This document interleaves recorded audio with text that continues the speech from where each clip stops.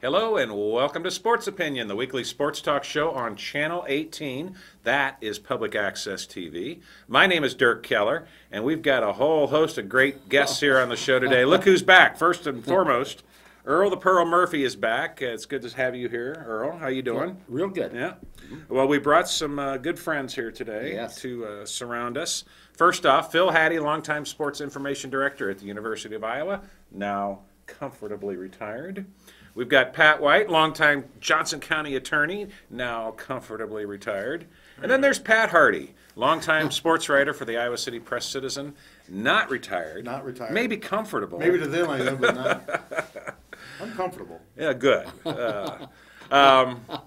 We got a lot to catch up on with Hawkeye sports, both men's and women's basketball and wrestling. But I thought we'd start out the show and talk about Chris Street. It was 22 years ago on Monday of this week when he died. January 19th, and I know for a lot of people here, a lot of us right here in this room, it was a real personal loss. We were here in Iowa City at the time. I think probably all of us had some form of interaction with Chris, and since then, interactions with his family.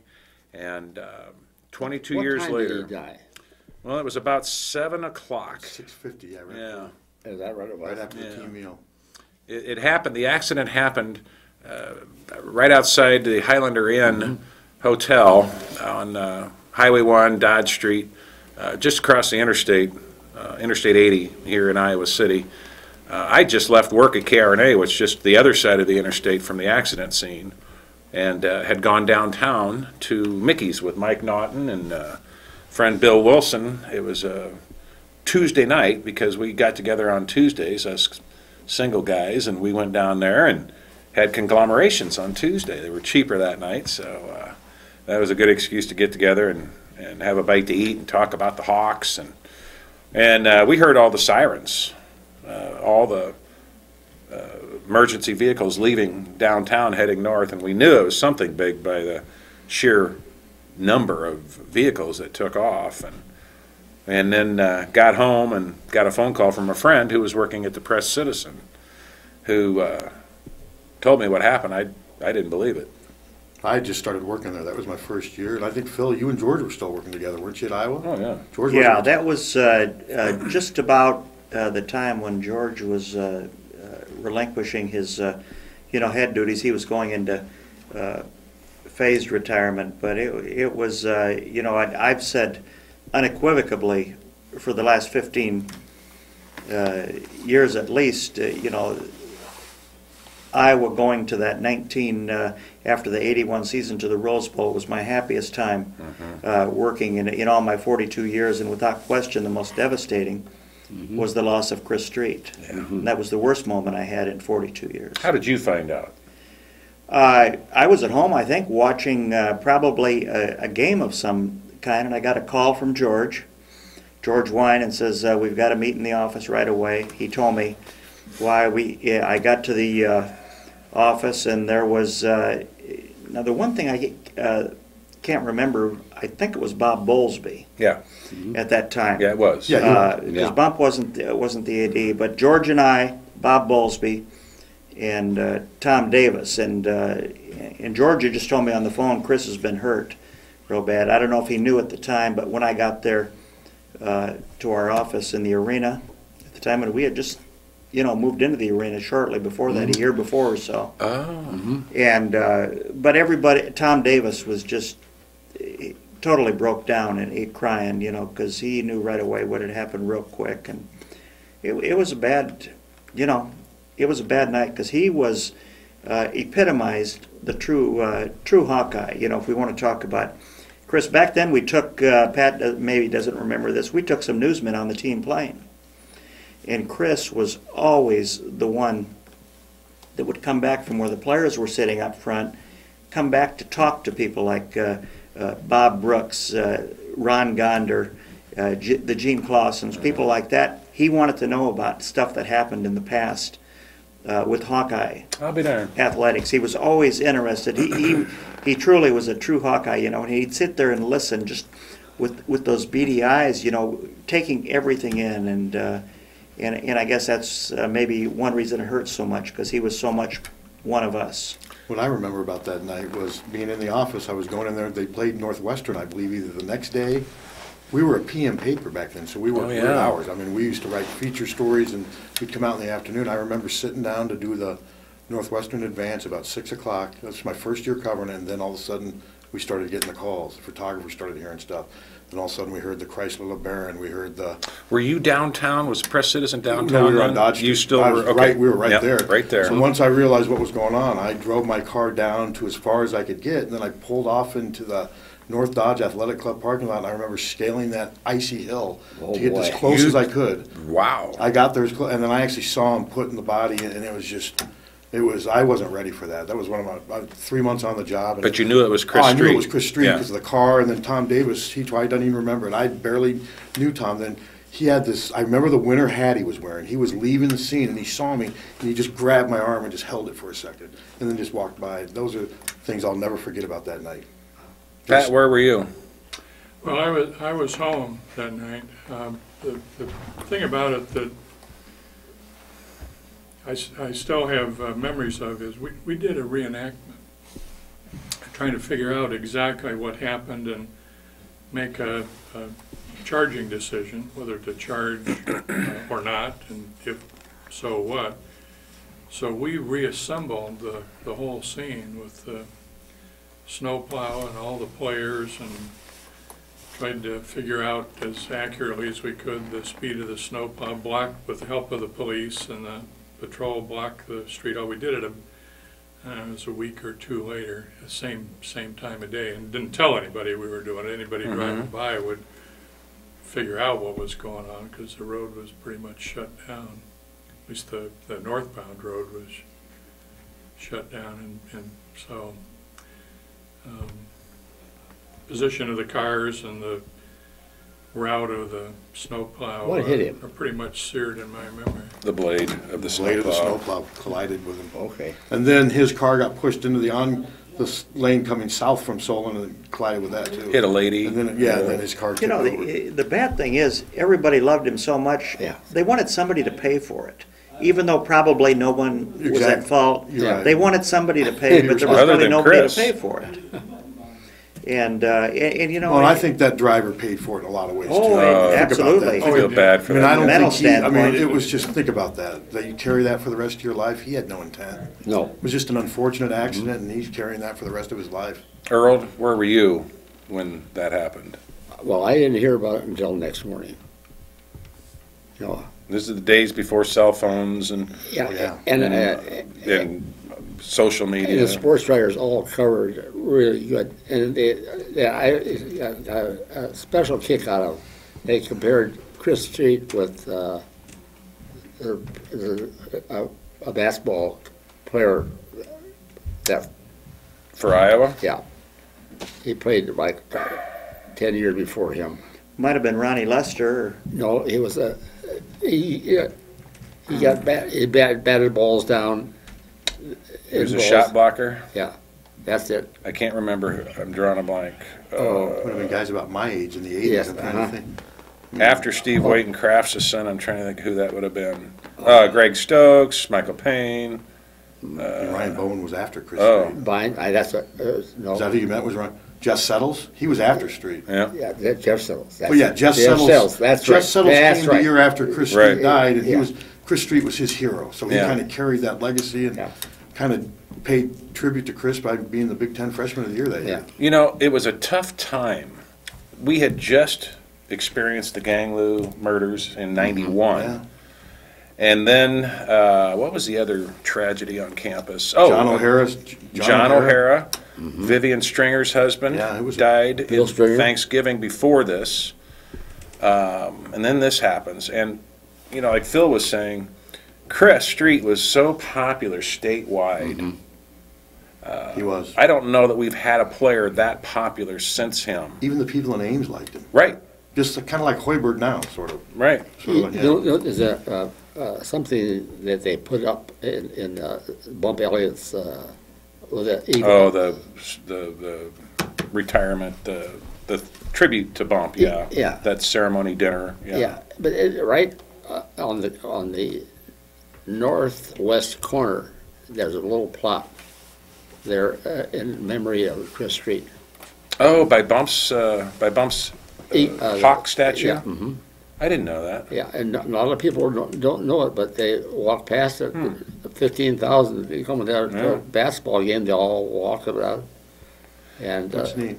Well, Of course, the couple of games after that are very memorable, but one of the things that I always picture to this day is 40 shaved into A.C. Earle's head. and he would point to it, Yeah. you know. When he was leaving the court, and Val Barnes making 1-3 after another. Those are my memories. And then, Phil, you remember when they all charged Mike Street after the Michigan game? And they beat the Fab Five? That was, Carver was just electric. That Were day. you at East Lansing for that game? Yes, I was And I there. know you were. I was right, we had great seats right there. I remember AC walking off, pointing to the head, and it's the last time they won up It's there. hard to keep it dry. That's the last I time. believe that's the last time I was won up there. if I'm So not that was mistaken. 93. Yeah, that was This is that was my first, 2015. 92, 93 was my first year covering. And bringing up John O'Hara, and Phil, you would know this, not near the magnitude of Chris Street's death, but that was a big loss, Yeah. John O'Hara. That really rocked the football program, and he was a great really guy. great guy and a great coach. He died on the cruise. Yeah. Yeah, he definitely. Were you on the cruise? No. I never went on a football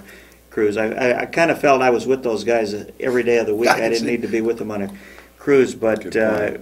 Hayden's program was never quite the same after the Nope. death Nope. of John O'Hara. And he was a great coach. Who replaced John O'Hara? Was it? Well, I think it was Frank Verducci. That's what I I think thought. they moved I thought it Frank was from Verducci. Frank moved from recruiting coordinator over to there, and I thought Frank was a great recruiting coordinator. But that was tough. I mean, they were rolling under him. I had some Yes. personal experiences with John O'Hara in the short time he was here, and a better gentleman you'll never find. He reminds me of Hayden's other coach, Bill Brazier. I can see that. Personality-wise, Yes, he was a Texan. He's in his mid-50s too. Way too young. oh, yes.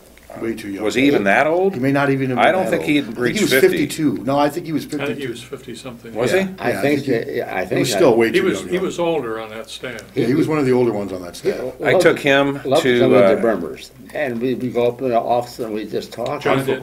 Yeah, John He's a Harrell. good man. you know, his first year here, his first season here, his family stayed in Texas, and he lived in the basement of, what's his name that had North American Van Lines? Well, I know. Earle, Yeah. Joe's going to tell him. Huff was who had it. Yes, Ed Huff.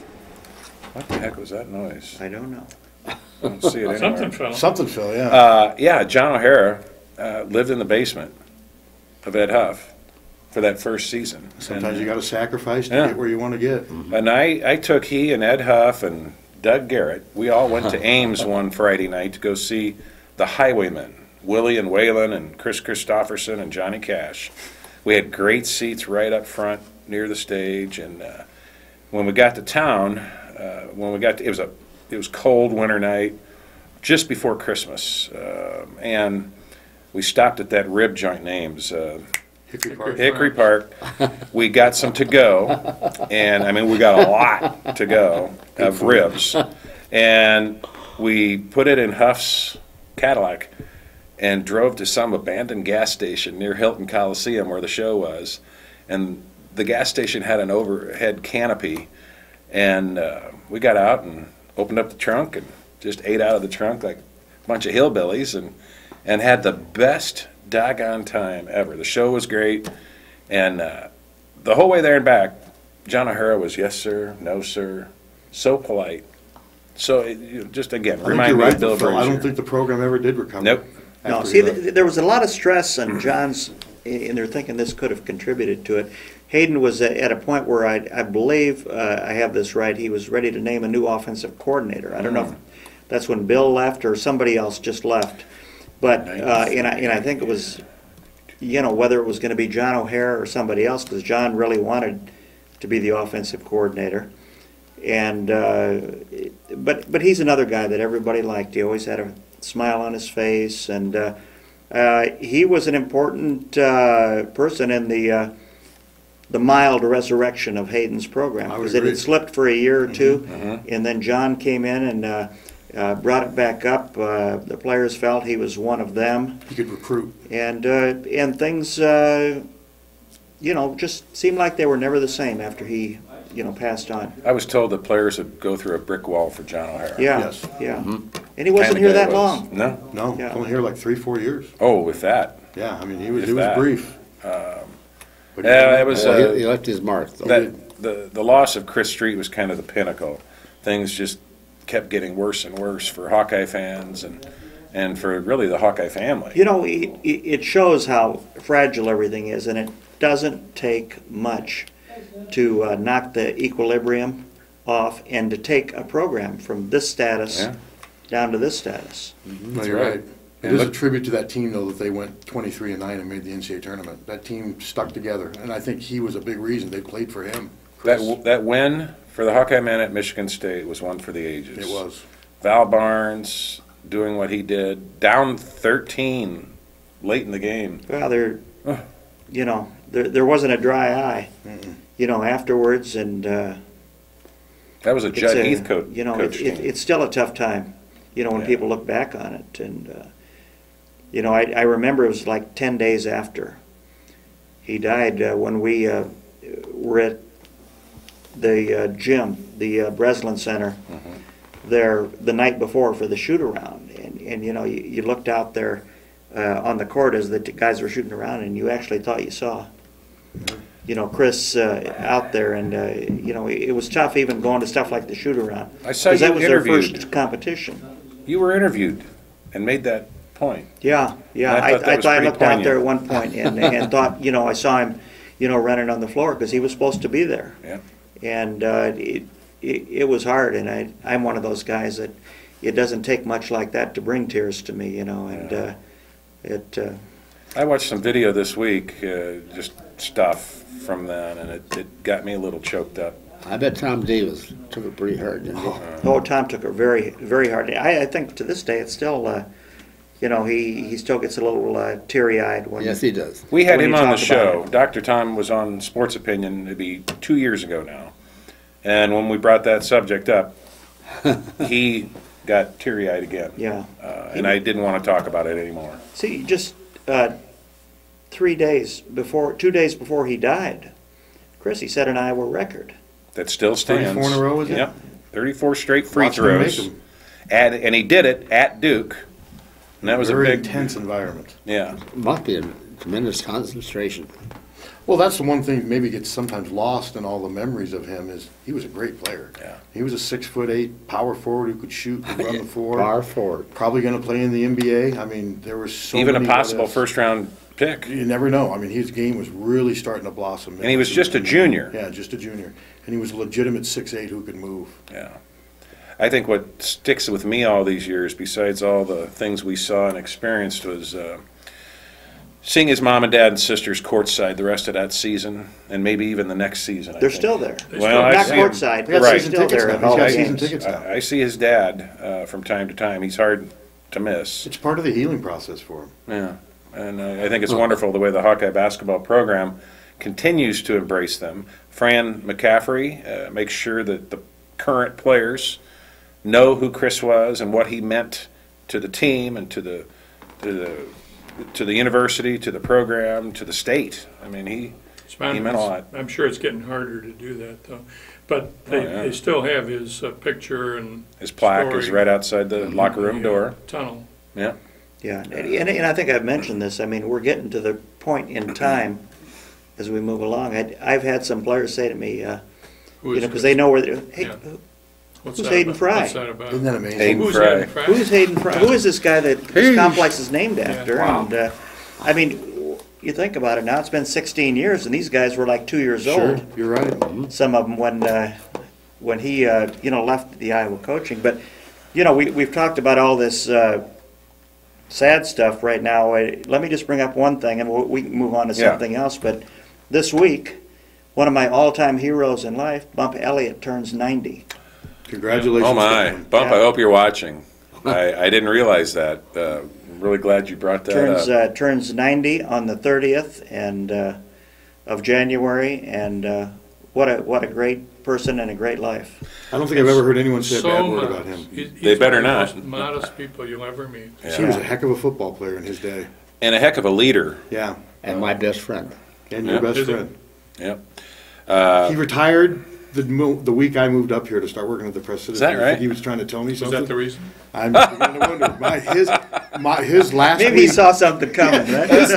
His last week was my first week at the Press. I I'll think be he's darned. like, man, I'm out of here. June 10th, 1991, I think, was about the time he retired. Well, Bump, if you're watching, happy birthday, and we miss you at the Monday Morning Quarterback Club. We haven't seen you since Christmas, so get back down there. People have been asking about you. Happy birthday. That's great. That's great. One of a kind. They don't make them like him. Indeed. I was honored that I got to work for him. Phil, you think it's fair to say he was part of a dying breed of ADs, that it's different now? I always said, and I will always say it, with Bump Elliott, working at the Iowa Athletic Department was family. Everyone was family. Yes, Now, that's right. More business. It's totally business. The job has changed. Some of that has to. The times are dictating Bump that. Elliott treated the man at the bottom of the ladder the same as he treated the person at the top I of can the tell ladder. that. And that's what made him so special. And Barb, I was gonna his say wife, that. was the same way. I was going to say that. Barb was the same way. Yeah. And Bump also brought Hayden Fry, Lute Olson, Tom Davis. I mean, he did a lot of great things for the athletic. Dan Gable. Dan right? Gable. Yeah. Dan Gable. Vivian Stringer. Vivian I mean, Stringer. well, actually, that was probably Christine that brought Vivian, but still, No, he made a you lot know, of great Bump Elliott. hires. He architected the building of Carver Hawkeye Arena. You're right. Well, the guy by the name of Kurdelmeyer, Gary Kurtemeyer. he had a lot to do with Dan Gable. He And if you did. ask Bump about the great coaches he hired, he's like, well, I better have got it right with Hayden or they're going to fire me. He always is so self-deprecating Yes. about stuff like that. Yes. Regular guy and one of the greatest generation, and I think one of the last true gentlemen in our community. He doesn't like to be talked about. No, I not mean, at all. in a good way, you know. He, You're right. he gets a little embarrassed about it, but that's Sometimes you just got to take it. just the That's way right. it is. He would let you do your job, and if he came down to your office, you probably did something wrong. Yeah. But anyway, he was special, and like I said, I'm honored I got to work for him.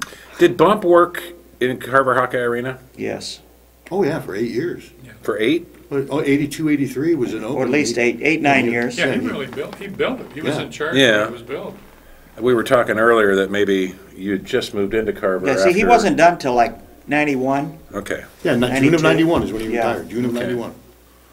He also brought George Raveling in, which at the time Yeah. was a It was a great hire. I mean, look at the recruits he brought in. I mean, he did a lot. Yeah, he did in a short time.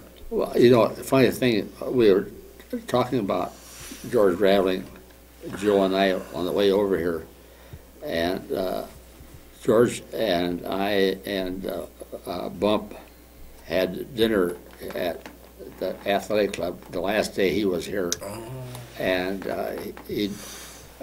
they to tell the end of the story, he and George walked out into the parking lot. They didn't shake hands, they hugged. And, great. George gets in his car and Bump comes walking out. And back with us. And, And then he hired Tom Davis. yes, And that was a great hire. Big deal. Yes, it was. Well, speaking of, there's somebody who was George's good, Tom Davis's good friend. Coach Yeah. on the staff. Oh, no, maybe not. Okay, Okay. I don't know. Speaking of Hawkeye basketball, we saw the highs and lows of Hawkeye men's basketball last night and last Saturday. Last week, the Hawkeyes entertained Ohio State, at the time number 25 ranked. And, I don't know. I thought that the long basket, Oh, by Utah last night? Yeah, that was a the only three-pointer of the game for the Hawkeyes.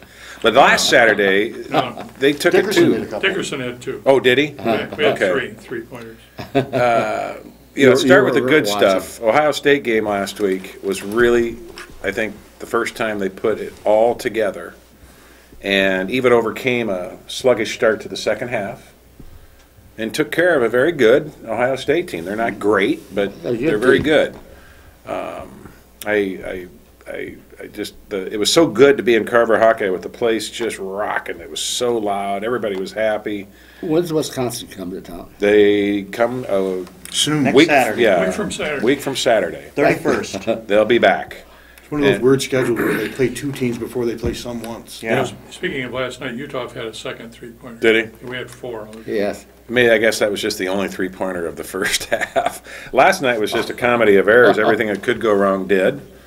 Well, it's just 2 ends of the rainbow, 2 ends of the spectrum. You played a great game offensively and defensively, and then last night you played a game that to me was the basketball version of our bowl game in football. Very well put. So, nothing, everything that could go wrong went wrong for us, and they played a game where, in fact, they had only 1 turnover, and that was a team turnover. Yeah. One The shot clock. turnover. Yeah, that was a shot clock violation, counted as a turnover. Yeah. Yeah. But there was some debate about whether they had any. Yeah. But they went back and counted the shot clock violation as a turnover. I had to pick up my daughter around halftime from choir practice, and I think Dolph said that Wisconsin had shot some ungodly amount of three-pointers percentage-wise in the first half. Was it 60, They made 75? 6. They made 9 for the game, 6 in the first half. We only made 40% of our free throws Yeah. in the Isn't game. that fast? It was just a bad game all around. Yeah. They were bad It on was, offense, bad on defense. I mean, you talk about a conundrum. I didn't know whether to watch the game when we're 30 down, the State of the Union, which I didn't want to watch that. I didn't either. I ended up watching the Australian Open. So, in tennis. And how was that? Better than the Hawkeye game? Well, at the time it was, Yeah. But it only counts as 1 loss. You That's just got to right. move on. You just got to That's move on. right. That's right. They're still 4-2. I had them at 2-4 at this stage. Yeah, I think that's what I had him at That this was my point. prediction. Was 2-4. The Purdue at game stage. this week It's becomes big. awfully big Yeah. now. Because Purdue's playing better than people thought. They're 3-2. They're showing some life. Yeah. He's coaching for his job right now. Matt Painter is. Matt Painter has them at, what do I have here? I don't have it. Last I checked, they were 3-2 in the Big Ten. I think like 11-7 overall. But Yeah. he's got to win this year. And that game's 11 o'clock Yes. on the Big Ten Network this Saturday, 11 Extreme. a.m. You go from 8 o'clock at night to Yeah. 11 in the morning. Well, it's Yeah. noon in Lafayette. Yeah, that's true. West Lafayette. One thing I was going to say about men's basketball, too, is that last night, Dan Dakich, who is the ESPN color commentator and former Indiana Hoosier basketball player, he made some comments that about Adam Woodbury that really riled the masses. Adam Woodbury poked a couple of Wisconsin Badgers in the eye last night in the game. I think the first one was unintentional. It's kind of hard to tell. I mean, who knows someone's intent in a situation like that? But Dan Dakich called out Adam Woodbury, called him a coward. No, he didn't call him a coward. Said he was cowardly. Cowardly. Yep. Said he was gutless. And gutless. Gutless. And said that Fran McCaffrey needed to be suspended, and Fran McCaffrey needed to address it. And Fran did after the game and said that Danny Dakich, is out of line with his comments. And I agree. I don't think you say that kind of stuff about a player when you don't know what's in his heart or what's in his head. There's no way for Dakich to confirm that was intentional. Now, you said there's going to be some kind of addressing. Well, there's a statement today from Adam that it was totally unintentional, Yeah. and he didn't mean to do it. And I haven't heard anything from the Big Ten. I don't expect really to hear anything. And in all fairness, it was I don't know if he was looking at the ratings or what. It was a lousy game, as it turned out to be. He's not a bad person, Dan Dakich. Maybe he comes into a game ill-prepared a number of times. But what I'm saying is he wouldn't do that intentionally, and he's just not a bad person. Well, he did. He said some things last Saturday that really riled the masses during the Ohio State game. He well, for one, he kept calling Aaron White, what was Andy White or something like this, multiple times. And then he made a statement that former Hawkeye great and all-time scoring leader Roy Marble had died. And I know that sent a few shockwaves through the fans. I've seen on social media that people thought it was Roy Marble, when in fact he was speaking of former Wolverine Roy Tarpley, who did die. And I'm sorry, but to me that's part of what made it worse. Just ill-prepared. As we all know, Roy Marble is ill and fighting a very serious condition, and so it was just a terrible thing to have happen. And you know Roy Marble was watching that game. And I don't think Dockich has any evil intent. I think he is a little more opinionated and a little more demonstrative than most color people. That draws attention to him. I would say, and he's active on Twitter. I mean, he's. You know, I had a Twitter experience with him last Saturday. Did he block you? No, but after Which surprised the game, me, Pat. After the game, I tweeted, great game by Aaron White and Adam Woodbury, Dan Dackage, not so much. And Twitter must have a system that when you use somebody's name, it goes right to them, yes. And about an hour later, I get a direct message from him saying, "You old guys are tough." So he must have looked up my profile. Which shows you that he's pretty sensitive right there. He said, "You old guys are tough. What didn't you like, Pat?" I mean, it was a genuine question. I thought, he wants to know what I thought he did wrong. To me, that's pretty telling right I told him, well, that's pretty genuine. Did you tell him about Roy Marble and Aaron White? I sent a message back to him explaining that I thought it was poor preparation and really poor because Roy is sick, and he favorited that, which is a signal on Twitter that he liked it. So, I mean, I thought last night, and you guys probably saw it too, it's bizarre, he's out on the court during the game. I didn't see that. Coming back from a timeout, demonstrating the way Iowa was set up and what they're doing and not doing. And I mean, that's clearly an attempt by ESPN to up the ratings, putting an announcer out on the court during the game. I've never seen that before. I hadn't either. Yeah, and that's not something he would have initiated. No, the producers would have thought that up and designed it even for Have you ever seen that before? And not like that, actually. So I'm wondering if part of the production effort is try to find something controversial to see if you can't get people talking, and they are. They certainly are talking. It'll be interesting to see if they bring him. It'll be fascinating to see if he comes to Iowa City. Are we on ESPN next week? That game I think is too big to be a Big Ten Network game. We got beat so bad, ESPN would probably say, why would we put them back on? It'll be interesting. We did beat them before.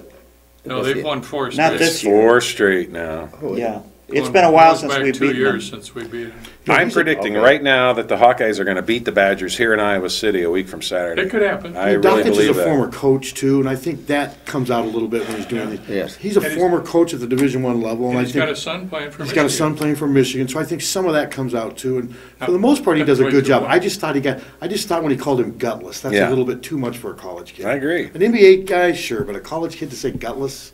I don't know if that's gutless. It's almost like he was getting on a roll and couldn't stop himself. Exactly. That's exactly what it seems like. Some actions, you might even be justified in using that. Like if you're, just to pick one out of the air, if you threw a ball intentionally in somebody's face.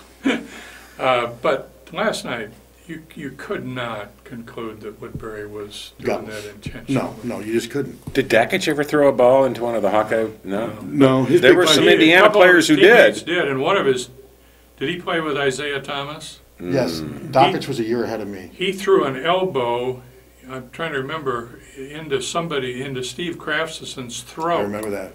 Quite intentionally. He was a 6'4", 6'5", non-athletic shooting guard at Indiana. His big claim to fame was he guarded Michael Jordan in Michael Jordan's last game and held him to like 14 points. I think Dean Smith did a good job of holding Michael that game too. But Dackich was the last guy to guard Michael Jordan in a college game. Not a bad shooter. No, he was a decent Pat, player. was that game that you referenced here in Iowa City? The one where he hit, where Isaiah elbowed Craftston, I think it was. Was that the game where Isaiah got got the ball in the face was in Iowa City. I think one was in Indiana. Yeah, definitely. the ball in the face, I remember. And it happened twice, once to Kent Hill and once to Lowhouse. Yep. I just can't remember who the player was, but I remember getting Did really. Uwe Blop throw the ball? Might have been. Or was it Brian Evans? I can't remember. I know I was really upset. No, when Brad that happened. Lowhouse got hit in the face by an Indiana player. Yep, Kent Hill too. I would not want to hit Kent Hill anywhere. Right, out of bounds, he's throwing the ball in. Yeah. Inbounds play, and Tom Davis' defense called for usually the tallest guy on the team to get right on the baseline and guard the inbounds pass, and they did it very well, and it was very disruptive to the opponents.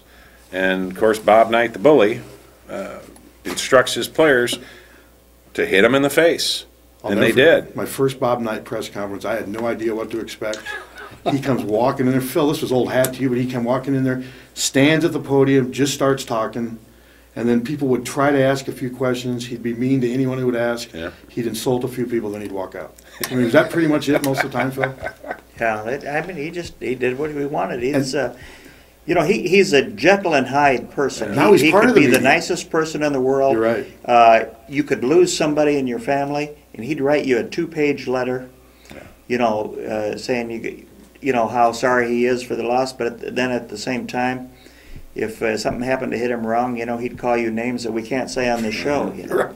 I look at Landon Turner as an example. He was great when Landon Turner got paralyzed, but Landon Turner almost wanted to transfer from Indiana before all that happened because he was having to deal with Bob Knight. But there was two sides to him. But Well, the Iowa basketball program retired Chris Street's number when Indiana came to town that year. And Knight, I saw a video of Knight talking about the game and how honored he was that the Hawkeyes would consider doing that when Indiana came to town. He thought Chris Street was his type of player too. Oh yeah, Yeah. oh yeah.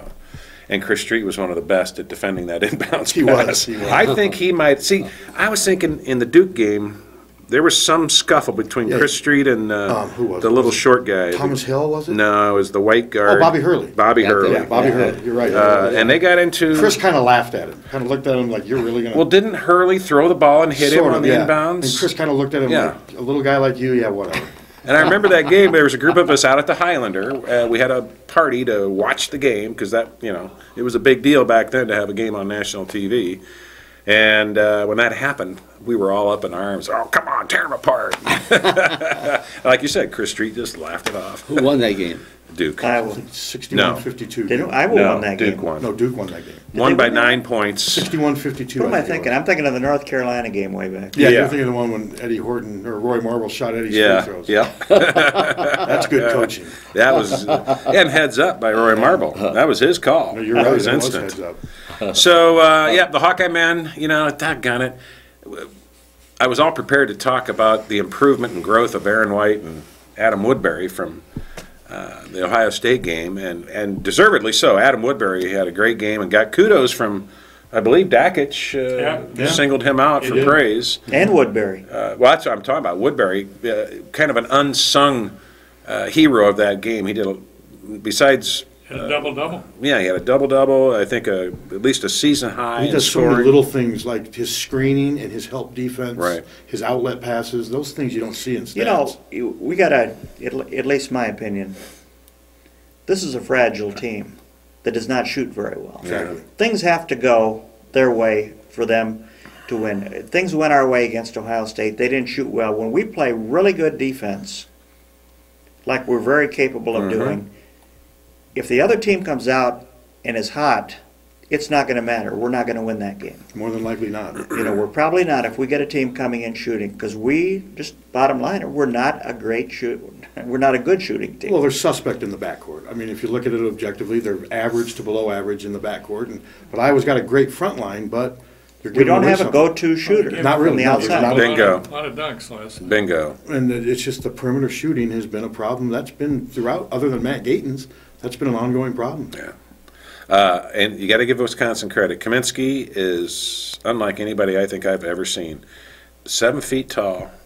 Not only can he dribble the ball, but he brings the ball up court, stops at the three-point line, and swishes a perfect three. He's got a little Dirk Nowitzki in him. Yeah. He really does. Oh, he's an NBA. All-American. Oh, he's without question. There's no question about that. And you think about it now. Ohio State, when they came in, they missed like 8 of their first 9 shots. They did. Okay, when something like that happens and we can get on a little bit of a roll, we're a pretty good team. Exactly. You get a team, though, that comes in and does the opposite to us, and we start throwing up a few shots and miss them, and all of a sudden they got a 9-point lead. Then we start forcing the shots, Quick panicking a little, and then who do you get to shoot it? Nobody wants to. You know, one of the reasons Kaminsky is so interesting, everybody agrees he's an All-American. Most people agree he may be the best player, if not one of the two best players in the country. As a freshman at Wisconsin, he barely played. He played when the game was out of reach. He played a little bit as a sophomore, but he didn't start. He did not really develop until he was a junior. And he was a late recruit, too. He was kind of a project. Is he from Wisconsin? No, he's from Chicago. He played high school ball with Dan Sobolewski. Yeah, he and Sobolewski were teammates. Sobolewski was actually the more celebrated teammate. What high school? Sobolewski almost came here. What was it? Was it the school that Beneventi, the quarterback recruit, was at? I think Benet Academy in Chicago, Lisle, Illinois, I think. Yeah. It's Benet Academy. But yeah, Sobolewski was. I think it's Bennett. They pronounce it Bennett. Is it Bennett? Yeah. He was the big stud prospect on that team, and Kaminsky was kind of a late bloomer. I'll be darned. Bo Ryan does a lot of what Kirk Ferentz has been known to do, and that's you develop the players, and they become players as decent players, at least at Iowa, as a junior and senior. And, you know, it's not these players that come in and they're a la Ohio State where they're All-Americans as a freshman. Mm-hmm. And it's easier to do in basketball, I think. Football, you need to have more players to do that. But, yeah, that's kind of how he does do it. As bad as last night was, one of their best two players wasn't even on the court. Well, yeah. Jackson's out. Yeah. No, that's right. It could have been, that's scary. and that's why I likened it to the bowl game. Yeah. It could have been worse, and you know, it's a 30-point game almost, but they could have almost named the score. Yeah. They're one of few teams, if they shoot well, they can beat Kentucky on a given night if they shoot well. I agree. And they shot well last night. Man, the first half, they just couldn't miss. I don't know if it's a bright spot, but also there was a Trey Dickerson sighting last night. Trey was the second leading scorer in the game and did some good things. Yeah, I thought he did some good things when he got playing time against, I think it was against North Florida. He played close to 10 minutes. He seemed to be much improved. And Fran has said a couple times in the last week that the term Fran's used is he's coming. Uh-huh. This is the first Big Ten game he's played. I think what was impressive is he was ready. Yeah. He was ready for that time, which means he's been preparing, and he answered the challenges. I mean, the game was over, but Right. still. He brought some energy. He brought some energy, and now we'll see. Maybe they will give him a chance now. And don't you think Dominic Ewell is starting to emerge? Oh, without question. Yeah, and those guys that we're talking about now, they need to. Yeah. Oh, they have to, yeah. Yeah, They do. pretty soon, because that's the basis of their Well, recruiting the last year or Don't you two. also think one of the reasons he kept dinking around with Ellingson is it's obvious we need a shooter. Yes. And he just had his fingers crossed that foot was going to heal so that he could play and drain some threes. And it hasn't. Didn't happen. No. I mean, Fran can coach and coach and coach, but the moment that ball leaves a player's hand, it has nothing to do with coaching. No. You know, and maybe you're ready to bring it up, but one of the best things going on in Iowa City right now is the job Lisa Bluter's doing. Good transition. The Hawkeye women's basketball team is ranked number 20 now. And before we do that, I do want to say, speaking of rankings, this week Iowa was ranked number 25, the men's team. Iowa State, number 6, and Northern Iowa, number 20. First time ever that all three state schools were ranked at the same time. I was a little surprised that's never happened before, but that's a good thing. At least for 1 week. 1 week, you know. How many from California are ranked right now? Zero. Zero. That's Florida, 0. Some big states. New York, Texas, 0. 0, right? Yeah. Or No, maybe Baylor's Baylor, ranked. yeah, that's right. Are they a No. state school? They're private. school. They're But no, it's Baptist. pretty Well, impressive. Texas is ranked. Yeah, Texas is still Yeah, that's right. Yeah. So anyway, nobody Lisa from Bluter. California. You know, I'm sure we all watched that game on Sunday at Michigan State. It's a tough win in a tough environment. Yeah, oh It'd be my. a tough game to coach. Oh. You'd And a come good away crowd. with a couple ulcers after that. Yeah, they had 8,000 people there for a team that's They get good crowds. 500 in conference, I think, and you know, it's a low-scoring game. My goodness, incredibly low-scoring, rugged, and the last 15 seconds of that game took 15 minutes to play Ridiculous. between two referee reviews, official reviews of plays, a boatload of timeouts, and a boatload of free throws. It was just mind-numbing. And yet we're all sitting on the edge of our seat hoping they can hold on. And they did. And they deserve to. That was, they gutted a tough road win out. And now the women's record is 14-3 and 5-1 in the conference. And they've got a big game tomorrow night. And they've got a couple big games. They're both going to be at home. Thursday night, Michigan comes to town. Michigan is 12-5 and 4-2 in the conference. That's an 8 o'clock start on the Big Ten Network. It's also Bethany Doolittle bobblehead night, so get there early. I hate these 8 o'clock starts on school nights. It makes it really tough for me to get the kids out there. It's a home game. They have to win if they want to be a factor in the Big Ten race. That's right. That's right. Maryland is going to keep rolling. Yeah, Maryland's undefeated. They're probably not going to lose more than 1 or 2 conference games, would be my guess. If that. Yeah, and they don't come to Iowa City. No. Which is too bad. Then on, let's see, Monday night, another 8 o'clock game, another Big Ten Network game, Nebraska. Again, 14-3 and 4-2 in the conference. Yep, they have. I don't think, and Pat can. No, we haven't beaten them. Since they joined. I don't think they're as good this year or Since they're in the talented conference. as they have been. No, they're not. So this is a great opportunity, and We like, owe them. well, we do owe them a couple knots on the head, maybe a couple finger pokes in the eye. I don't think Dockage does women's I games. didn't say that. Well, like Phil said, just do the old Three Stooges thing here. Put the hand up to your nose. Defend yourself. Oh, and Monday night is Sam Logic bobblehead night. So get out there and support. It's 8 o'clock start again. Makes it really hard for me. And the wrestling team is still ranked #1. And we're gonna talk about wrestling. Phil was there They Friday got a night. big meet coming up on the road. It's going to be at Minnesota. Yeah, that's not until next week. Correct. This Saturday, A week or two away, but this Friday night we've got Northwestern in town. They're ranked number. Oh, they're ranked. What are they? Illinois last Friday was ranked number 11, and that was a really interesting meet. Northwestern is ranked number 19, but they've only got a 9-4 record and overall, and a 1-2 record in the conference. Now, granted, the Big Ten is tough as nails when it comes to wrestling, but back to last Friday for a moment. Now, Phil had a ringside seat for some of the fireworks. Illinois is coached by 2 former Hawkeyes, Jim Heffernan, who I really have a lot of respect for. He was here in school when I was, and I think he's a class act, and he's been there a long time. He has some pretty decent wrestlers at some of the lower weights, and in this meet Friday night, their Illinois wrestlers beat the Hawkeyes, and at one point, going into the 174-pound match, Illinois led the team meet score 12-10. And normally Mike Evans, right, at 74? Mm-hmm. Yes. Normally Mike Evans would be out there, but he's dinged up, and so they sent out Alex Meyer? Alex Meyer, who is just a sophomore who I don't think has ever wrestled at Carver Hawkeye before. No. He goes up against number 5 ranked, drawing a blank on his name. Meyer. For the opponent for Meyer. I didn't write it down.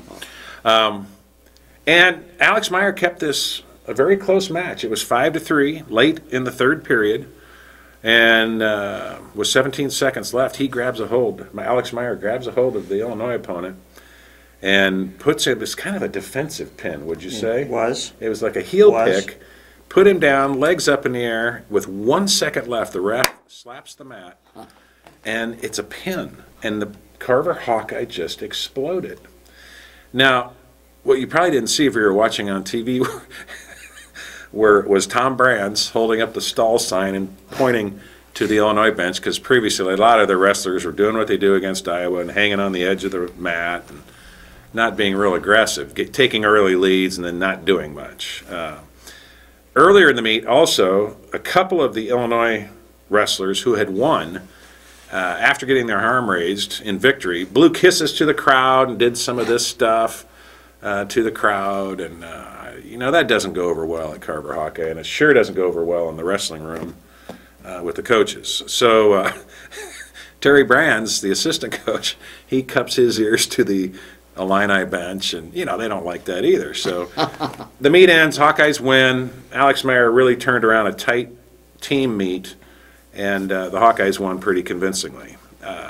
During the handshake line, Terry Brands is the first one through, and former Hawkeye wrestler Mark Perry Jr. is an assistant coach on the Illinois wrestling team.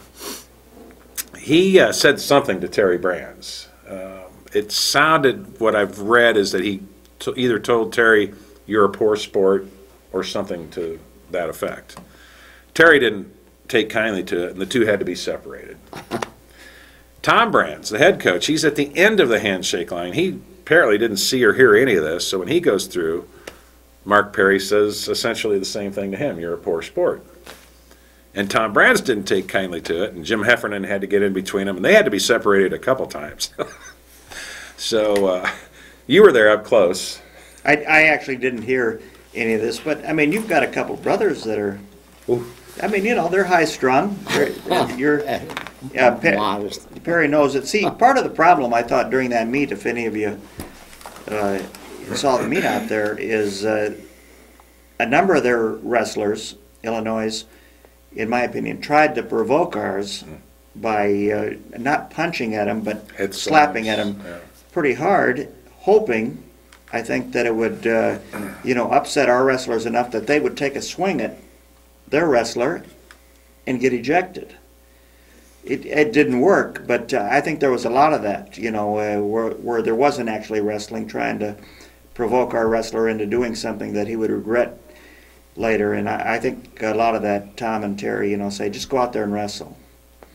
And they didn't see maybe enough of that. Now, Illinois is a good team. Yes, they are. And they're going to be better as the years go on, but this team is not nearly as good as our team this year. No. Iowa remains ranked #1 in the nation, undefeated.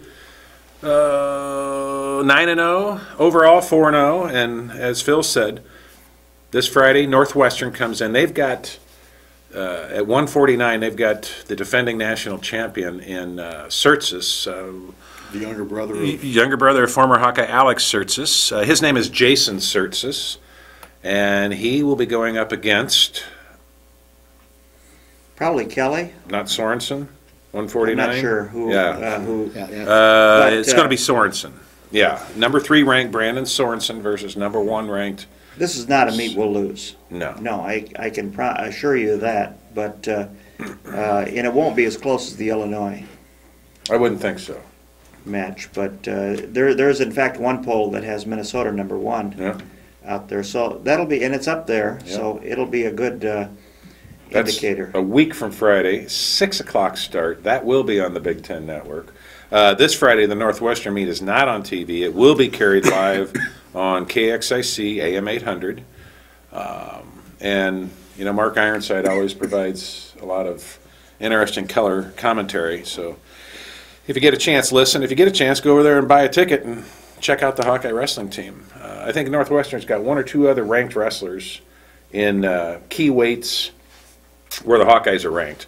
So there should be some good individual matches. And again, last Friday, there were a lot of interesting individual matches. I think they're going to honor the fact this week that it's Iowa's first. Check that. They're going to honor the first Iowa National Championship in wrestling, which would have been 40 years ago. 75.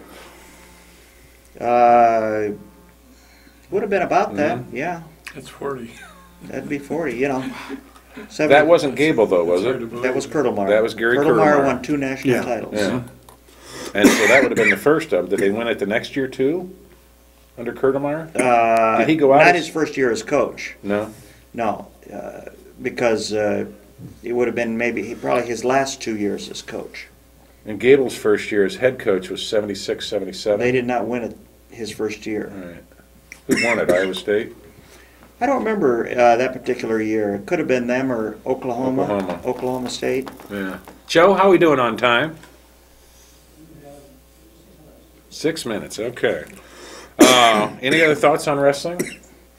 They're doing well. Penn State is a team that's very good, but they're redshirting a lot of people this year, hoping that they'll be very, very good again next year. You've got to remember one thing in wrestling: a good dual meet team does not necessarily mean they're a great team when it comes to the national tournament or something like that. You may finish the dual meet season 12 or 13, 14-0, and finish in 5th place. Yeah. In the national tournament. So it's all about, once you get to that tournament, you're a team, but it's all about individuals performing. So I'd say don't in any way think this is a team that's a shoe-in for a national title, although they do, they'll be up there and they'll have a definite chance. This is their best team in the last few years, and it really is. They're exciting, and Minnesota's going to have something to say about it. And there are a lot of key matchups with Minnesota. Our heavyweight is real good, but he doesn't feel it. He's very good. He's ranked #1 in the nation right now. I know that. I think part of his problem, and we're talking about, help me out, Phil, heavyweight. Telford? Bobby Telford. A lot of his opponents just won't engage him because he can outhorse them. Mm-hmm. He's sound technique-wise. He just doesn't get enough chances, really, I think. That's my opinion. There's not much difference, talent level, between probably #1 and #5 heavyweight in the country, because all it takes is one little move, and you're beaten 2-1. Yeah. And when nobody does any moving because of the mass girth of those guys, it's that's just the way it is. It almost seems like they wrestle not to lose sometimes. A lot of times, especially in tournaments. Big Tens and Nationals. I don't like that, but that's the sport. Before I forget, the Iowa women's basketball team is going to be at St. Mary's Church this Sunday for the annual chili dinner, meet and greet the Hawkeye players and coaches. They'll pretty much all be there, 4 o'clock. You don't have to have tickets in advance. Just show up down in the basement below St. Mary's. Sister Agnes, this is her pet project every year. She's a huge Hawkeye women's basketball fan. She's a Hawkeye fan all over, a fan of Sports Opinion. And I want to give her a shout out and let her know that we'll be there and have some good chili.